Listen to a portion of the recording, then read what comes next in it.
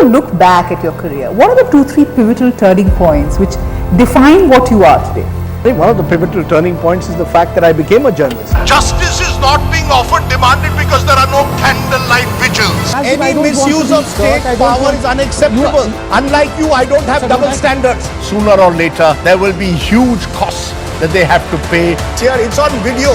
Since you follow video, social media, State is distinctive in this country. Just a minute, sir. Just a minute. You are the rudest and the meanest anchor. I'm even ruder and more obnoxious. I'm sorry, but go ahead. Bas. Ye hui na baat.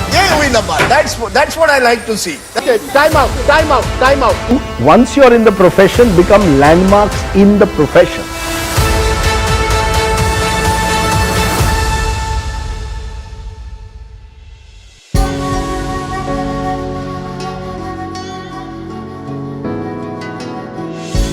Rajdeep Sardesai is not just a journalist, but a keen observer of modern India, chronicling its political shifts, democratic debates, and social transformations.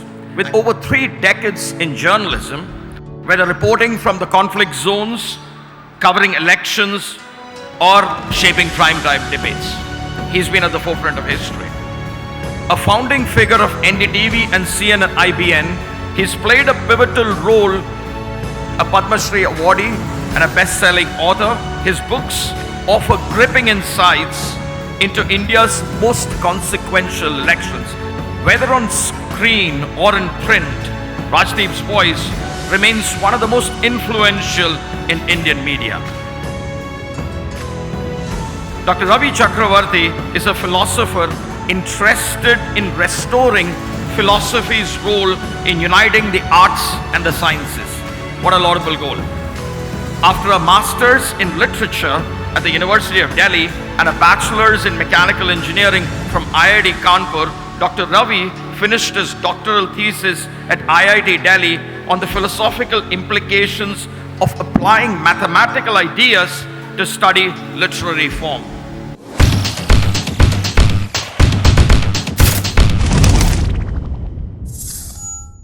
It's good to see you all here. As I was telling Rajdeep sir that, he writes about politics. His latest book is about politics. And I think it is one of the most trickiest things to talk about politics in India today, even more so in universities. So we have to spend 1 hour talking about everything, yet saying nothing. But on that note, I would, because we are in the university space, I would like to get started maybe by asking you about what you remember from what you learnt in the university, right? Because we are in this age where, teachers are facing competition from content creators, right? Our students follow influencers way more closely, than they follow us, right? And in that scenario, how relevant is the university? Because it's also true that everybody is even more free to have an opinion than they were earlier, right? And they have an opinion on stuff like politics, history, which is your domain and around which you've been trained. So if you could let us know how your university experience shaped you in terms of the experience or the ideas it gave you, it would be very nice to begin that. Yeah, thank you. Thank you very much, Ravi. Namaskaram. Thank you very much for bringing me to this wonderful state of Karnataka and the city of Bengaluru. And to come here to this wonderful campus that you have at Alliance University. When I look at the scale, and this is what always stands out every time you cross the Vindhyas and enter southern India, just the scale of your campus is quite staggering. And you are very fortunate and privileged to be in a campus with thousands of trees, where I believe there were only 2 trees 35 years ago. You've got thousands of trees. That is quite remarkable what you've actually done. So you've actually walked the talk as a college, as an institution. And I think this is what separates a good university, which actually walks the talk on critical issues like environment and climate change. Which brings me, Ravi, to the question you asked. I come from an India, I believe India is now divided between an India pre-1991 and post-1991. I grew up in the pre-1991 India. We were an India of scarcity. We were an India which did not have the kind of opportunities that today's India has. You are the lucky generation. When the Vice Chancellor was rattling off all the courses you have, we had no option. We either had to do economics or politics or sociology. We had 3 or 4 subjects. We did a BA in them and we were happy enough. Today you can do performing arts, you can do media studies, you can do law, you can have a variety of subjects of a kind that truly we never had at an undergraduate stage. So I actually feel envious of today's young India. You are truly the lucky generation. You're very privileged to be able to be in a campus like this. Our college was on the street of Mumbai. I grew up in Mumbai, we had no space. In fact, the one thing that I always say in Mumbai is there was colleges that were literally on the street. Today you can be in this large campus of 60 acres plus and actually celebrate the joy of education.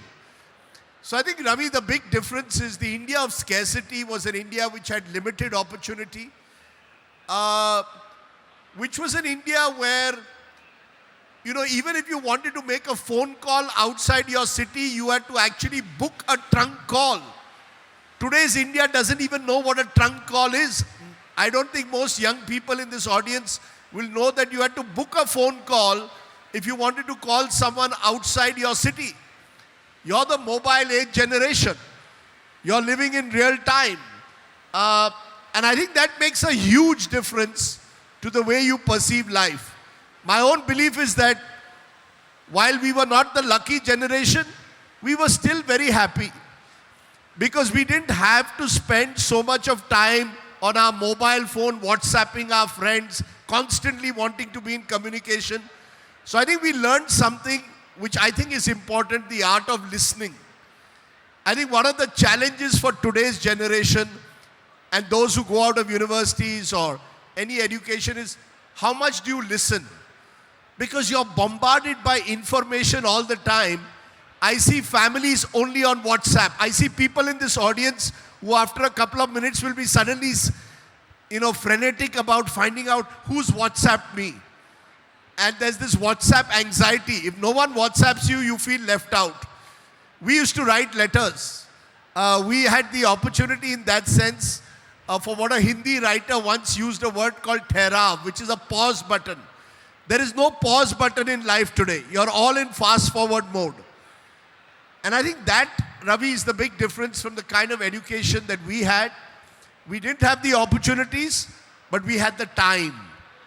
And I think the challenge for today's generation is how do you marry opportunity to time. We are at a literary festival, and one of the joys of writing books is books gives you a moment to press the pause button, to reflect, to listen, to analyze, and then put pen on paper. And I think that is something that today's generation perhaps could do a little bit more of. So I think since you are a creative writer, I think that's part of creativity. How do you create a creative universe when you have so many competing, when there's so much of competition for your time? We used to have only Doordarshan before 1989. Today, India has 424/7 news channels. Nobody knows who's watching them, but they're there. You have thousands of YouTubers, millions of YouTubers. You have Netflix, Amazon, Sony Live. Every moment you're on your iPad or your WhatsApp, and everyone is competing for your attention. And it creates an attention deficit almost. So I think that is the big challenge for today's generation. How do you engage them to make sure that they constantly are involved and their time is well spent? And that, to my mind, is what separates the university's education that I went through and the world around us today. Thanks, Rajdip. I mean, moving from the university, I thought the next institution that we obviously have to sort of explore here is media, right? And one of the things when I looked at the title of book is you write the 2024, the election that surprised India.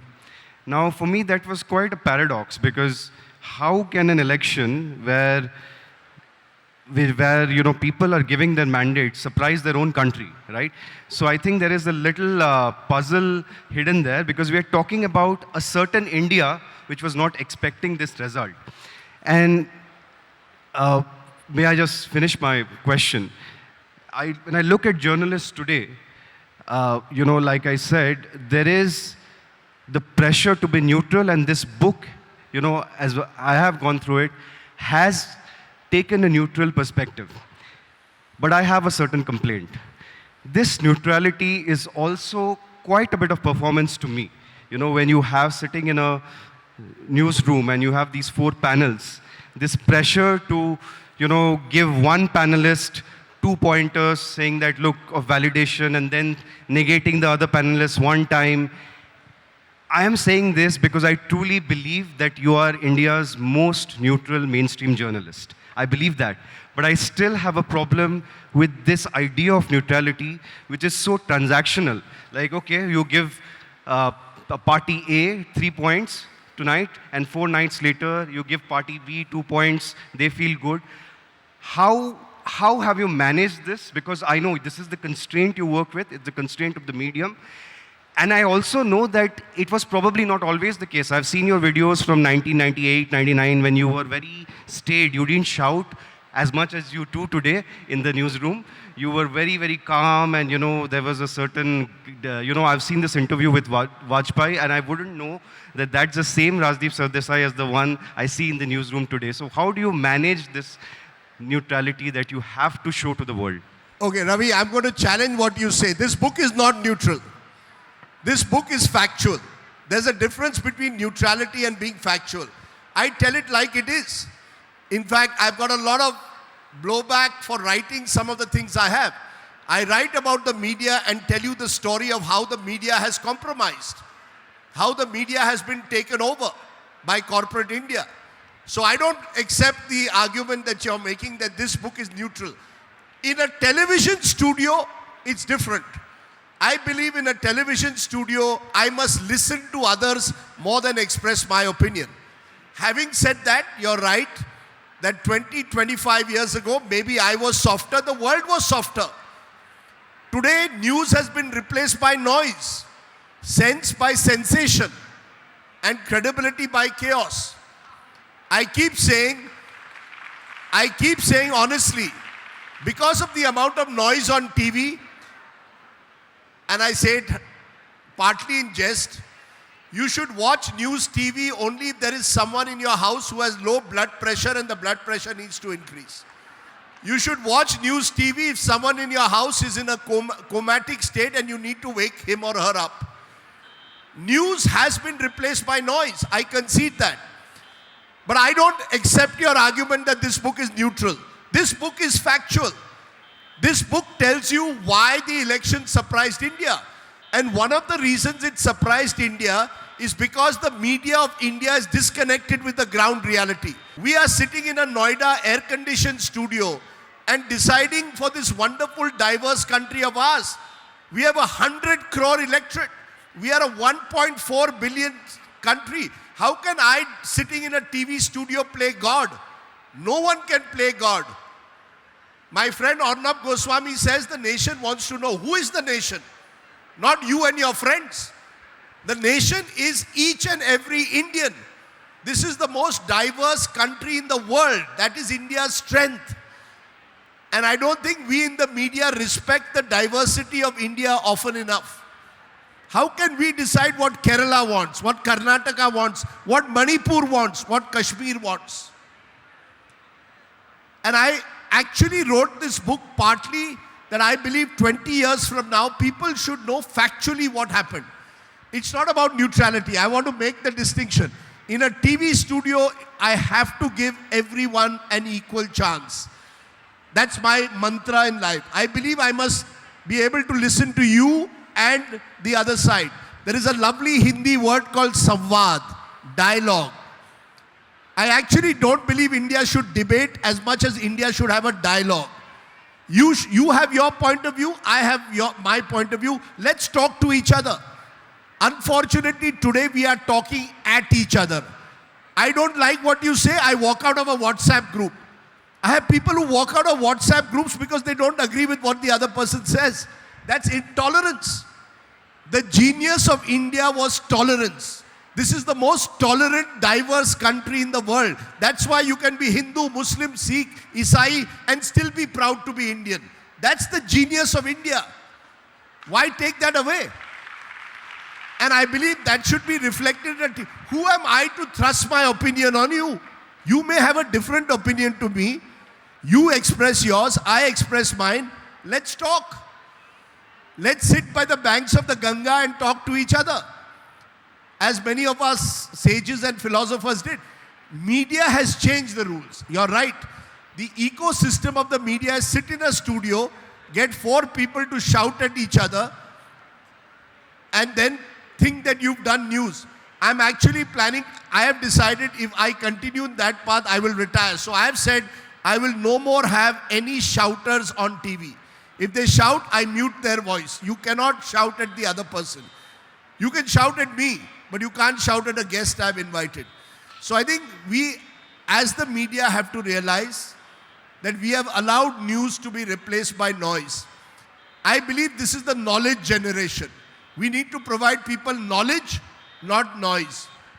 And knowledge is often done in moments of silence. And that's why I recommend people read the book. Because when you read a book, you can sense the silence moments that you can't sense on a TV news program.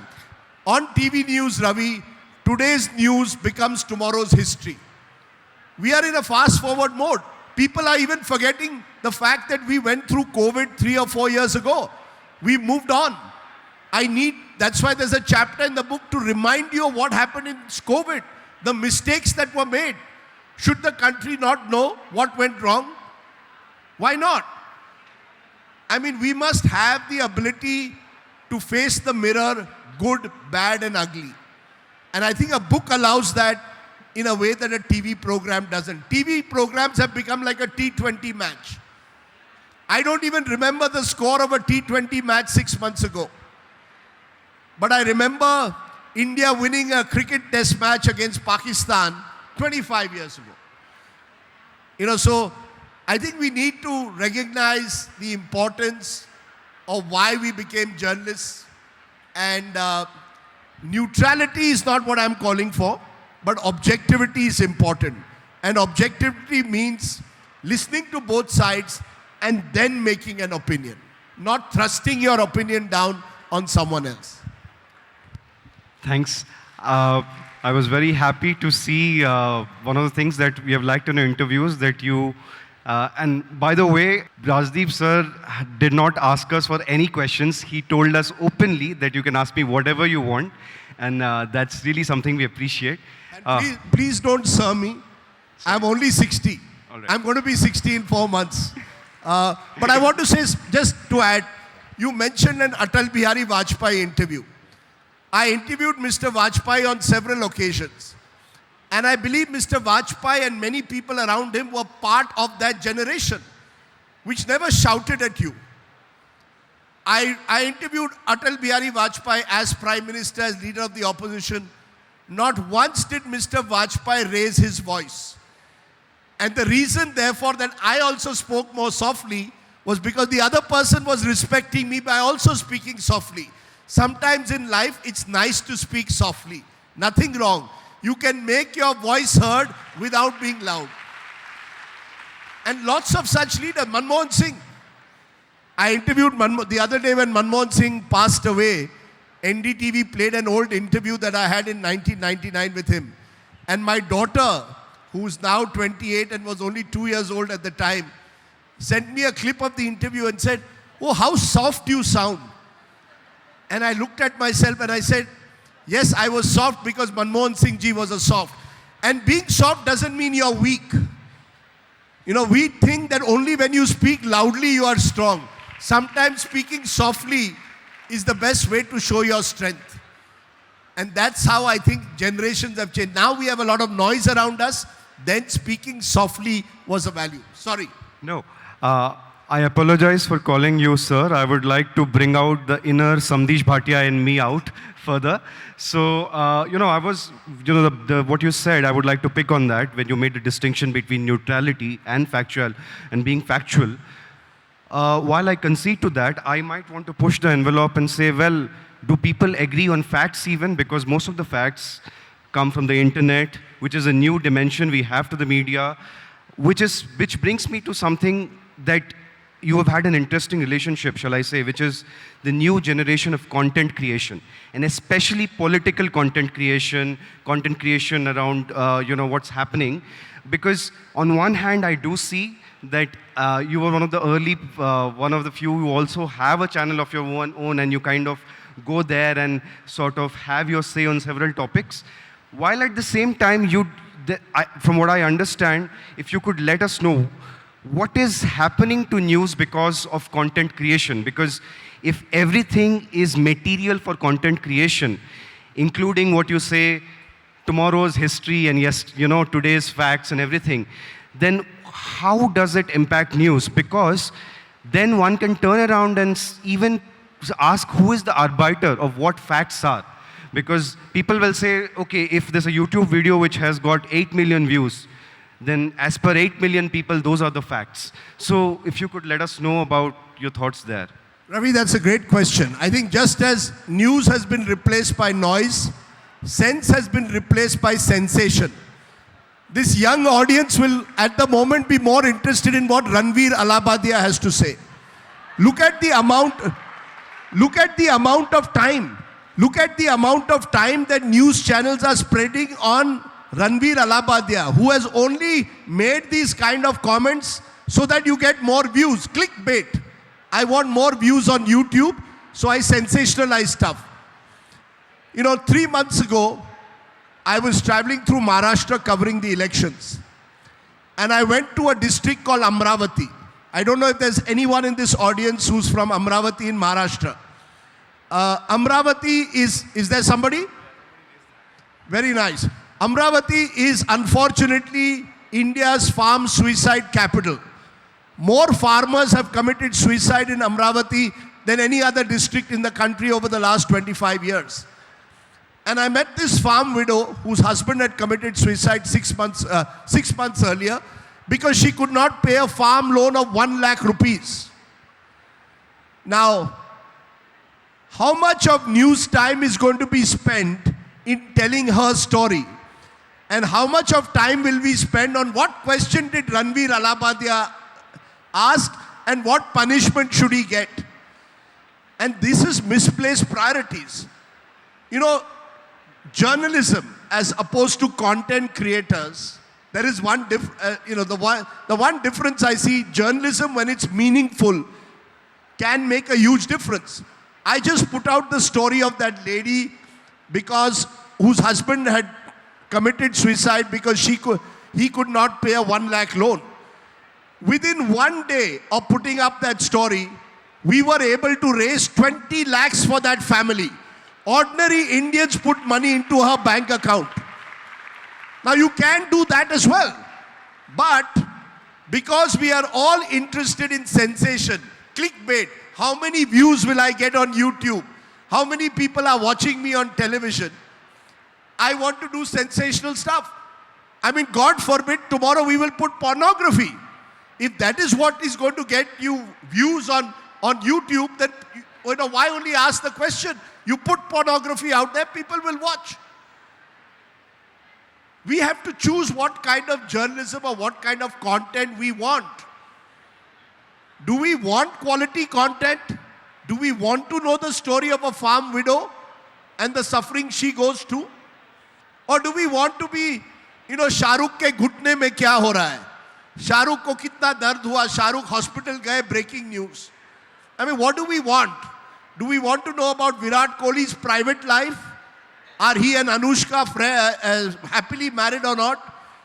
Or do we want to know about, how a farmer in 2024 is still getting the same minimum support price for soya bean that he was getting in 2012? I mean, I'm astonished. All of us in jobs want increments every year. If we get a 5% increment, we are upset, we want 12%.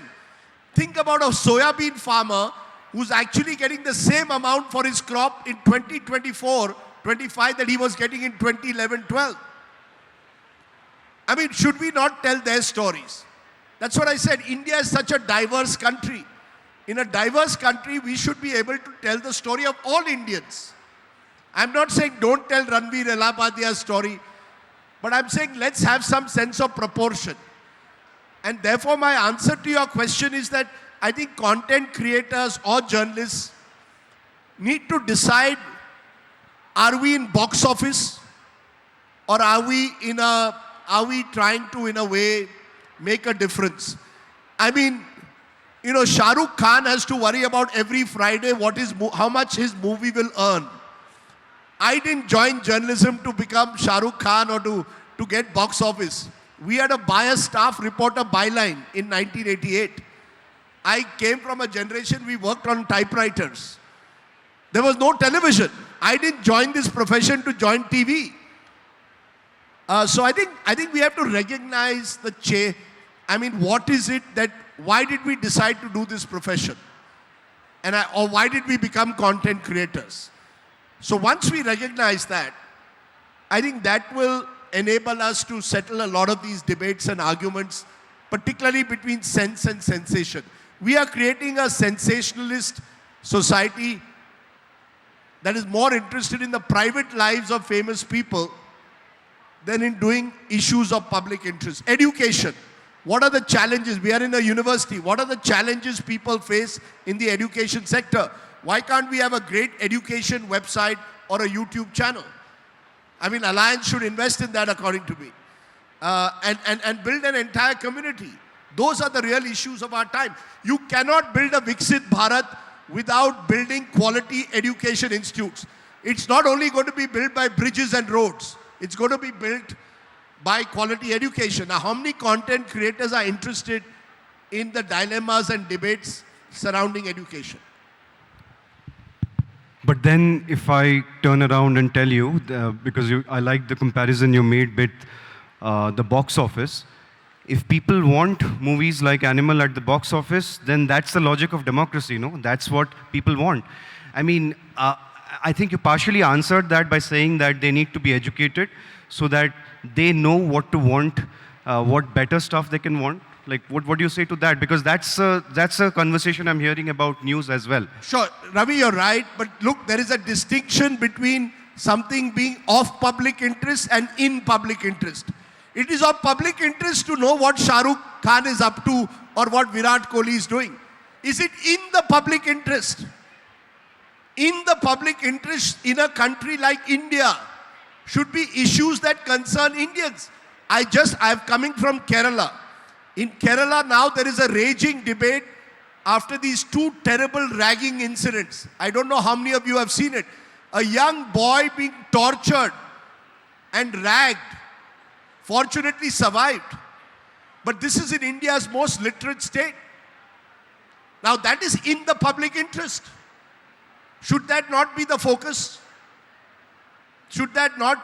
Simply because Kerala is far away from Delhi. You see, I use a word called tyranny of distance. The further you are away from Delhi, the less you register on the national mind space. If in Noida or Delhi one drain pipe explodes, it is breaking news. In Assam, 500 people die in floods, it will be only on the ticker. That is the reality of India. Manipur has seen more than 200 people die in ethnic violence. How much does it register on the national map? Imagine if 200 people died somewhere close to Delhi. When a young woman was raped in Delhi and killed tragically, Delhiites came on the street. Will you come on the street if a young woman is raped and murdered in Jharkhand or Chhattisgarh? See, we are a subcontinental sized country. And therefore, sometimes priorities get lost. I mean, my dream is that one day we could have a channel which actually reflects every district of India. India has 730 districts. How do we build a network that every person knows what is happening in his or her district? That, according to me, would be a true news channel. One day someone must break this Delhi domination. India lives not in Delhi. India lives in the villages, towns, states across India. 28 states, 8, 9 union territories. I don't know how it's going to do it. Maybe Alliance wants to partner and we do it. But someone needs to build a news channel that reflects India in all its variety. Not just a Delhi dominant media scape. So it's a big sore point with me. Manipur is a state of India. We don't have a single full-time news correspondent on any TV channel who's based in Imphal. How will we tell the story then of Manipur? Sitting in a TV studio, can't be told. I think what you said was very interesting, and I can't help but plug in the fact that the School of Liberal Arts channel, Cosmopolis, is actually having both a local and global vision, because Cosmopolis is a nod to the cosmopolitan nature of Bangalore.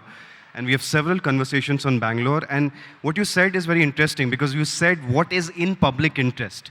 And might I say, if you like, the premise of that is that there is a public culture, right? Culture of public conversations. And I'm very glad here we have Mr. Vikram Bhatt, who is the director of the Bangalore International Center, which, like Alliance University, is doing a great job in developing this public culture in the first place at the local level. So, what do you have to say to that and how that has changed in India? No, I think it's great. I mean, I know Vikram and what he's doing with the International Center, and I think it's great that Bengaluru is offering that. Look, I think I mentioned this, and this is a central theme of my book. One of the reasons the election surprised India was we in TV studios forgot the diversity dividend, what I call India's diversity dividend. Every state is different to the next. Issues diverge. We are not a one nation, one leader, one party, dare I say, one religion country. We are a country of multilingual, multi-religious. I mean, I'm in Karnataka, it's ruled by the Congress. Tomorrow I could go to Bengal, ruled by TMC, cross the border here, we have Tamil Nadu ruled by DMK. But sitting in Delhi, I can't see beyond Mr. Modi and the BJP. But the truth of the matter is, India thrives, breathes in its diversity. That is what we are different to Pakistan.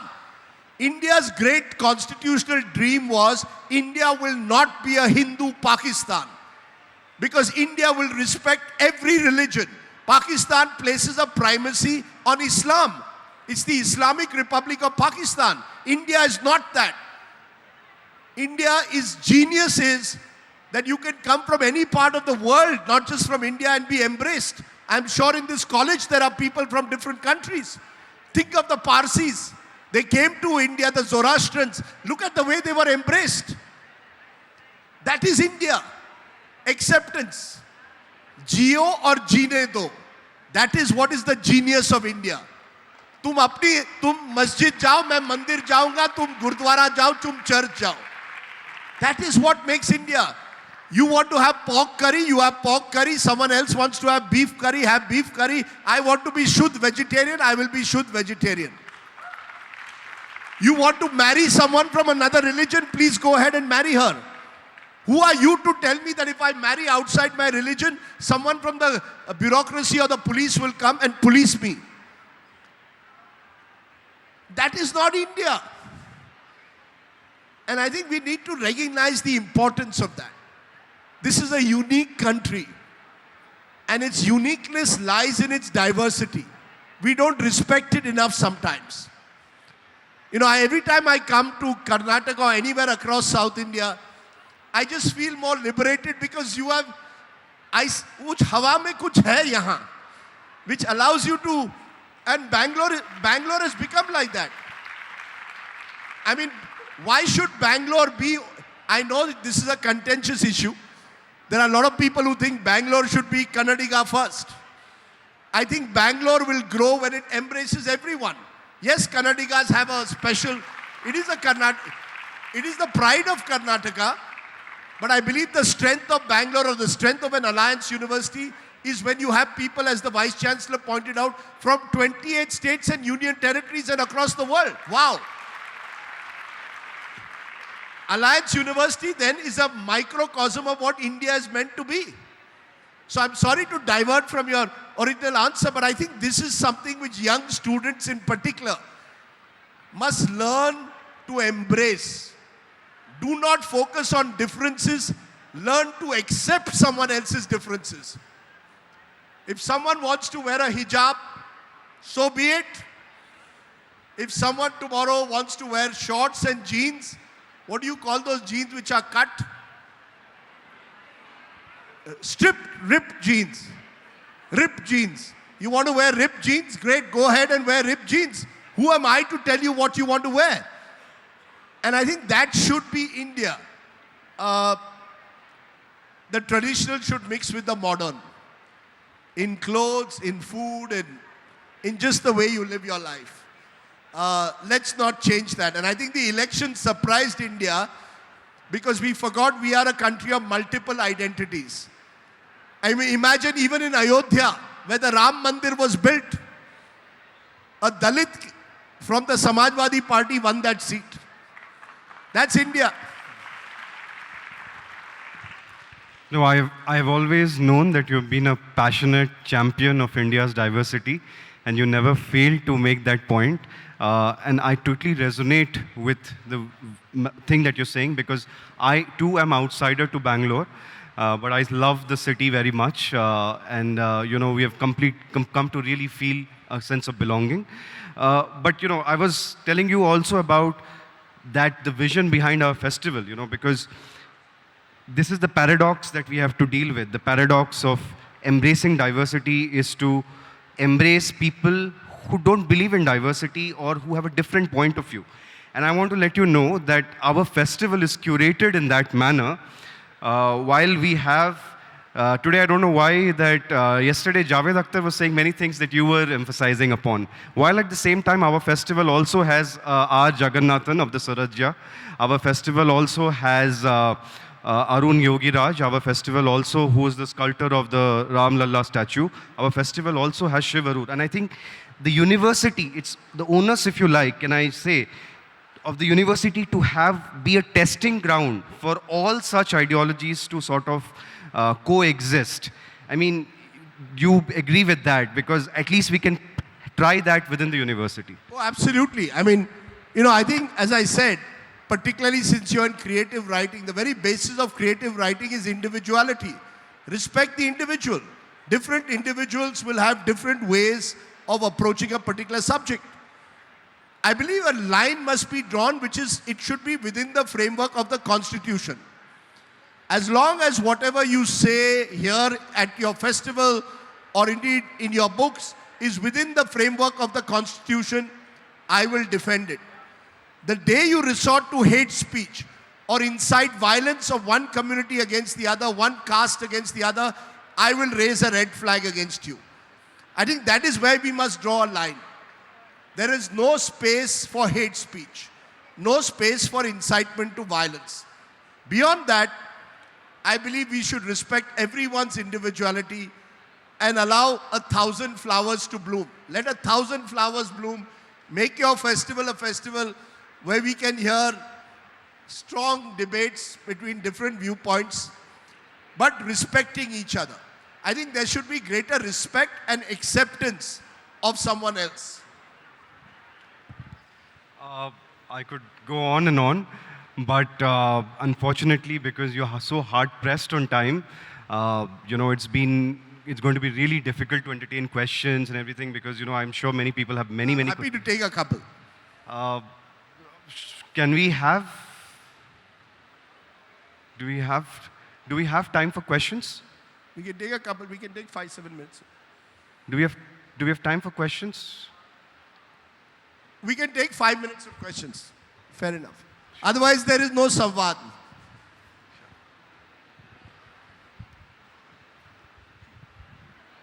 Thank you so much, Rajdeep Bhai.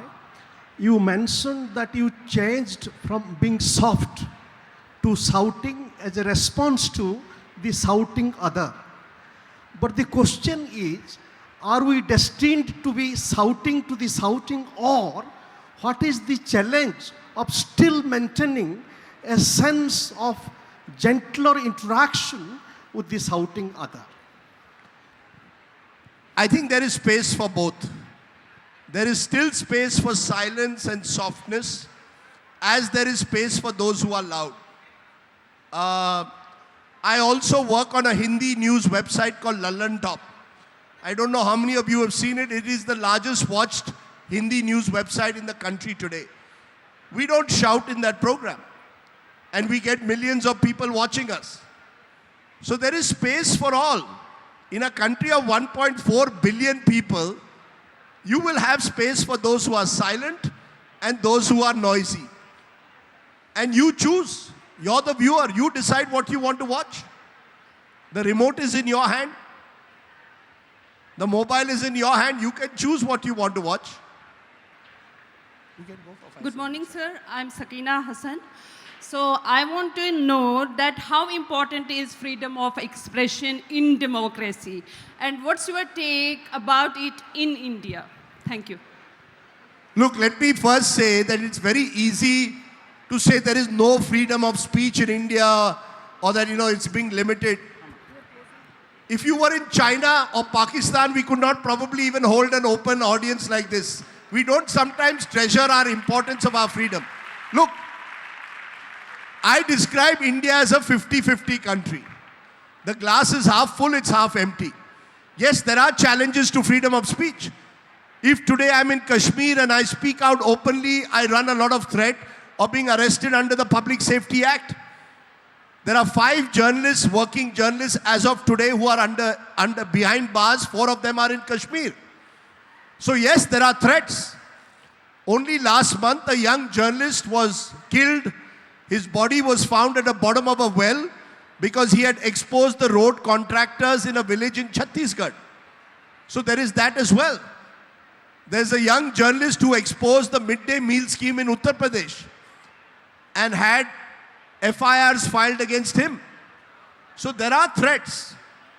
But at the same time, because we are so diverse, there are also huge opportunities to express yourself. If you can't do it on a TV channel, you can do it on a blog site, you can do it on YouTube. There are spaces. Let's not say that every Indian lives under fear. I think India is a unique country where there are spaces to speak out. There are spaces we should be concerned about. And we should be looking at both the challenges and the opportunities. I keep maintaining, we are the ultimate 50-50 country. ये भी सही, वो भी सही. India में कई चीजें चलती है जो सही है, जो सही नहीं है. पर हम में दम होना चाहिए जो सही नहीं है वो बोलने के लिए, और जब सही होता है तो वो भी बोलने के लिए. दोनों चीजें बोलनी चाहिए. Hello, good morning. I'm Shaunak this side. Truly a fan of your journalism, sir. I have 2 questions. One is Ask one, then someone else gets it. Okay, so right now what's happening is that in democracy, as we always said, dialogue is very essential. But now the government seems to be communicating one way. And hence the entire discourse is about the sound bites. Somebody says something and then we are just running around while somebody else says something else. So how do you mitigate this as a journalist, and what's your take on this phenomena? No, you ask a very important question. I don't think democracy can be reduced to 20-second sound bites. But that's what technology has done. And politicians are very clever. Politicians have realized, why do I want Rajdeep Sardesai to have a press conference and ask me inconvenient questions? Through technology, through Facebook, Twitter, Instagram, I can control the narrative. It's not just happening in India, it's happening across the world. Look at Donald Trump. Every time I see Donald Trump, he makes India look good. Because he has, he and many leaders like him across the world want to control the narrative. And democracy is about allowing multiple narratives. Who is the politician or leader? Our leaders have become our rulers. That is the problem. So like the old Angrez chale gaye, apni aulad chhod gaye. So every ruler believes only he or she Only he or she knows the truth. And they don't want to listen to someone else. How many of our politicians listen to the public? How many of them will come to gatherings like this and tell the anchor, don't ask me this, and you can ask me whatever question you want, or tell the public you can. True Democrats should be ready to take any and every question, good, bad and ugly. Our netas only want to take questions for their 20-second sound bites. So it is a challenge, but as I said, उम्मीद पे दुनिया कायम है. There's a lovely line in Sahir Ludhianvi, this great lyricist. ये सुबह कभी तो आएगी. Tomorrow will come. There will always be new ways of addressing these contentious issues. But you raise a valid point, and it should be addressed. We live in a society with a lot of misinformation and disinformation. We should all be worried about that. This WhatsApp University has called, Alliance University in some places has been replaced by WhatsApp University. And WhatsApp University is spreading a lot of fake information that we should be conscious about. Thank you. Thank you so much, sir. So very warm welcome to you, sir. So we have seen that my question is mostly based on disruption in news. So we have seen in US especially people growing distrust in the legacy media, and people rely more on X for news, and we have seen a lot of distrust. So trends typically follow the US.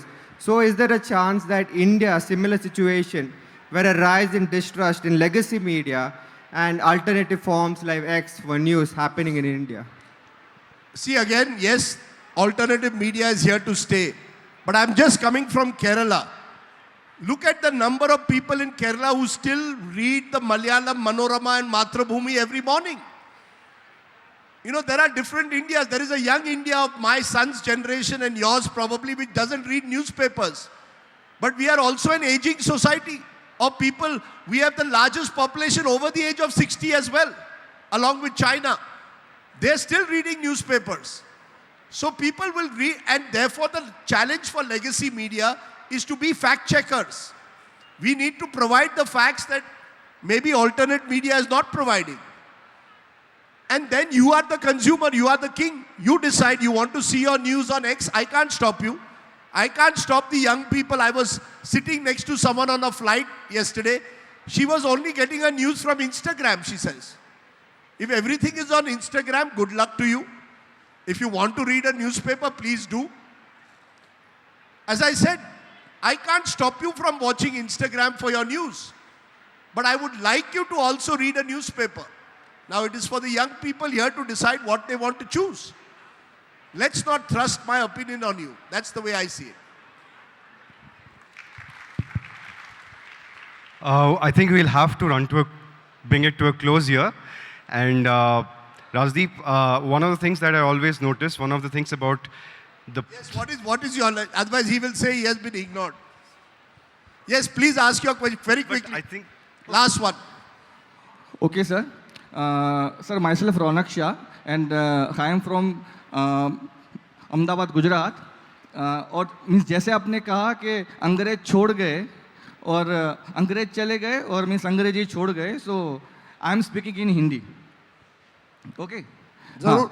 Sir, मैं ऐसा मान रहा हूँ कि जैसे आपने कहा कि freedom to act and freedom to means express, तो आपका जो मीन्स पॉइंट ऑफ फोकस था वो मीन्स स्वतंत्रता पे ज़्यादा था. और मैं ये मान रहा हूँ कि सनातन विचारधारा और जो सनातन परंपरा है वो हमें ये हक देती है. तो आपके हिसाब से सनातन विचारधारा, सनातन परंपरा क्या है और उसकी सुरक्षा हमारे भारत देश की संस्कृति की सुरक्षा के लिए कितनी महत्वपूर्ण है? पहली बात मैं कहूँ, ये इंग्लिश हिंदी की डिवाइड भी पार्ट ऑफ द प्रॉब्लम है. अंग्रेजी बोलना कोई पाप नहीं है इस देश में, ये इस देश की ताकत है. अगर आपको लगे, और आपको भी पूरी आज़ादी है हिंदी बोलने की, आपकी भी ताकत है, लेकिन मैं समझता हूं हमारी देश की ताकत भी है अंग्रेजी बोलना.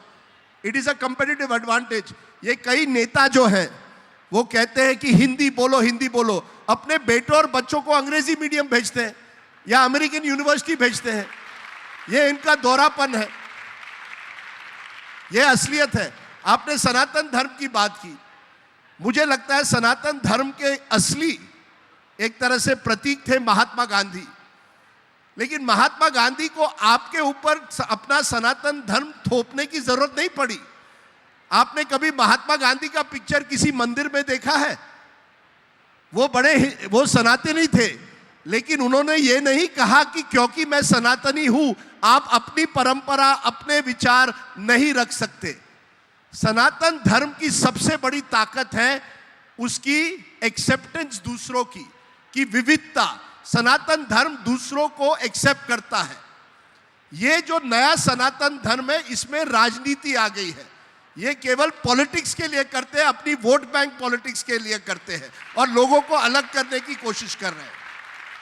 ये सनातन धर्म अब बन गया है। अब सनातन धर्म के नाम पर आप अपनी रोटी सेकना चाहते हैं। I'll end on this with a cricket analogy. One of the reasons I like to watch cricket or write on cricket is cricket in a way celebrates what is truly Indian. When Mohammad Shami is bowling from one end and Umesh Yadav from the other, आप ये नहीं सोचते एक मुसलमान bowling कर रहा है और यादव बॉलिंग कर रहा है। उन्हीं को आप राजनीति में डाल देंगे, रोक अरे मुस्लिम कैंडिडेट वर्सेस यादव कैंडिडेट, ये फर्क है और ये क्रिकेट ने ताकत दिखाई है। Why are we the number one cricket nation in the world today? Because cricket is giving equal opportunity. I want to end on this because I believe this audience, to my mind, if I was a politician and I was asked what would you want to do, I'm not and I will never be. The one thing I would like every politician to do is provide Indians equal opportunity for education, health and the basic facilities of life. फिर देखिए भारत कहाँ जाता है। That according to me is true.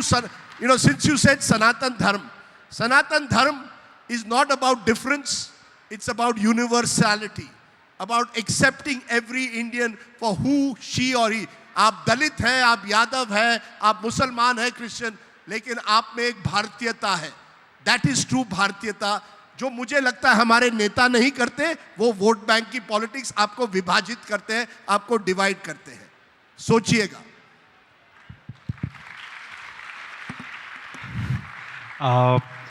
Rajiv, I would like to end, it's really inspiring to see you passionately expressing every time what you truly believe in without fail.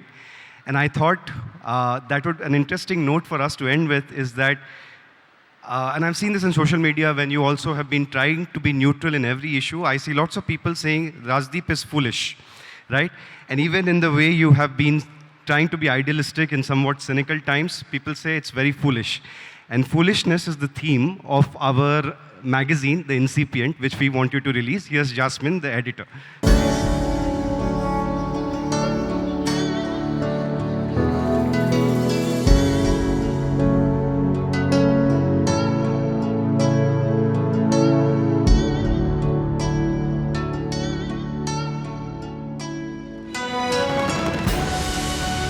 Thank you very much and congratulations for Alliance for organizing this. So thank you.